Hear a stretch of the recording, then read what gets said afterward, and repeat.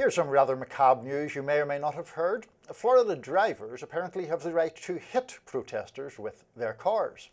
That's according to Governor Ron DeSantis, who said drivers will not be held liable if they fear for their lives. DeSantis made the remarks during an appearance this week on Dave Rubin's podcast. Let's watch that. And we also have a policy that if you're driving on one of those streets and a mob comes and surrounds your vehicle and threatens you, you have a right to flee for your safety. And so if you drive off and you hit one of these people, that's their fault for impinging on you. You don't have to sit there and just be a sitting duck and let the mob grab you out of your car and drag you through the streets. You have a right to defend yourself in Florida. The law that DeSantis is referring to is not entirely new. It's Florida's 2021 Combating Public Disorder Act. It grants civil immunity to drivers who strike protesters at a riot or unlawful assembly. The law does not apply to peaceful or non-violent protests, but critics argue it threatens free speech. The governor's comments come as protests have rocked Los Angeles and other major cities due to President Trump's anti-immigration crackdown. Users on X sounded off on DeSantis' remarks. Radicalized pod host Jim Stewartson questioned DeSantis' comments in relation to ICE car raids, writing, "Quick question for Ron DeSantis. If anonymous armed thugs smash your window and try to drag you out of your car, does that count as being threatened?"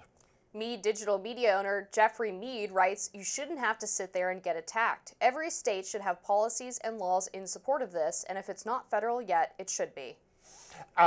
We're almost certainly going to disagree on this No one, doubt. I imagine, Amber. Look, the point that, or the problem that I have with this is DeSantis talking about this in what I would consider a kind of almost slightly gleeful way, or a sort of very emphatically saying, oh, you have the right to do this. There are finer points to the law, and I'm sure we'll discuss that. But he is making these remarks in the very recent wake of, for example, a 66-year-old woman in Chicago having her arm broken, this is only in the past couple of days, when a car came through protests there and struck her. Now, the police have not yet apprehended the suspect in that case. We'll have to see if there are charges pressed against him or her. You could make the argument that that is obviously not in self-defense. They would still be charged, I think. They should be. But DeSantis, by foregrounding this, well, you can defend yourself, seems to me to be laying the groundwork for people to get off with things that they shouldn't get off with. Yeah, I guess it depends on how the law is actually applied, but I definitely agree with the sentiment of it. I've seen too many videos of people's windows being smashed, of people of clubbing their car or trying to open up their car door and drag them out. In 2020, there were several incidences of drivers being pulled out of their vehicles and beaten in the street by rioters.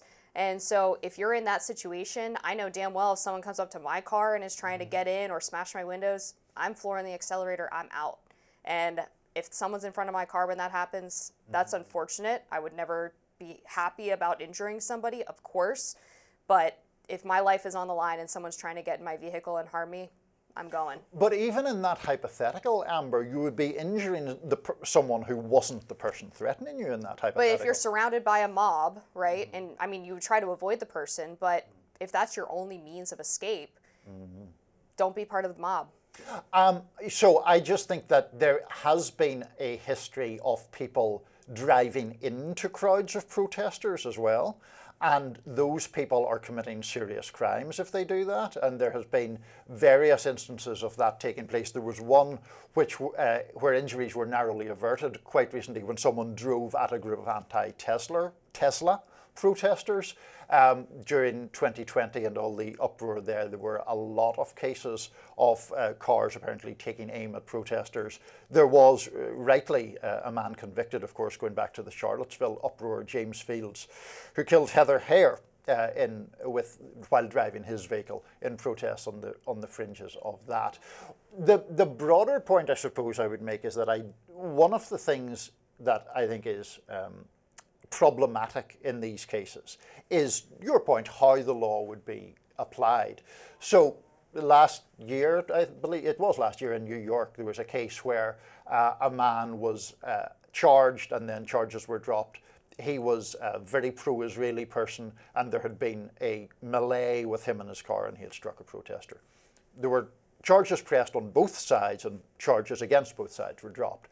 But my fear is that these would be applied in very different ways, or certainly public attitudes and media coverage in different outlets would be very, very different depending on the perceived allegiances of who's in the car and who's outside it. Yeah, unfortunately, that's the case with pretty much every law that is somehow related to politics, is that people feel differently about it based on who the individual is committing the act. But all of that being said, I think there's a functional difference between deliberately driving your car through a crowd of people as punishment or as an attack, exactly, versus you're surrounded by individuals, you're stuck in your car, they start rioting, maybe they're pounding on your vehicle. I do think you have a right to get away. Now, Can I just interrupt for 1 second, because it's not actually really disagreeing with what you're saying. If Ron DeSantis had said exactly what you said, I would have no real problem with it. If he had said, look, it is wrong to use your vehicle as a weapon and attack people, and it is also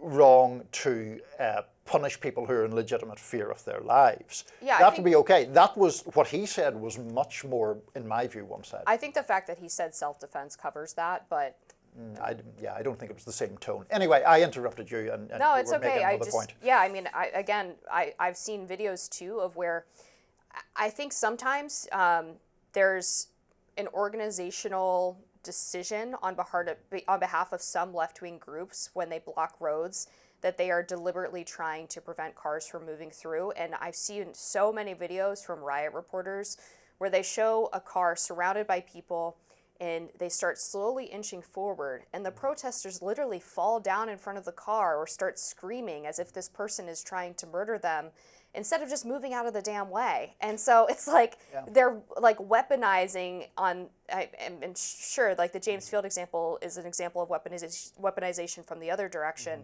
But I think sometimes these rioters or protesters weaponize the idea that there's these evil people trying to drive to work and they're going to murder the protesters to get there. Yeah, well, I mean, I'm not saying that has never happened ever. I'm sure there are instances where it has.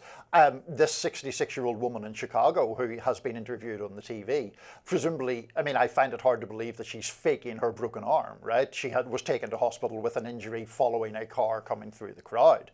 So, yes, there may be people who are of a politically extreme element on either side who misrepresent their actions, of course, but there obviously have been people legitimately injured. Yeah, I'm not disagreeing with that. So, yeah. There we go. Anyway, is Mark Cuban turning his back on Blue Sky?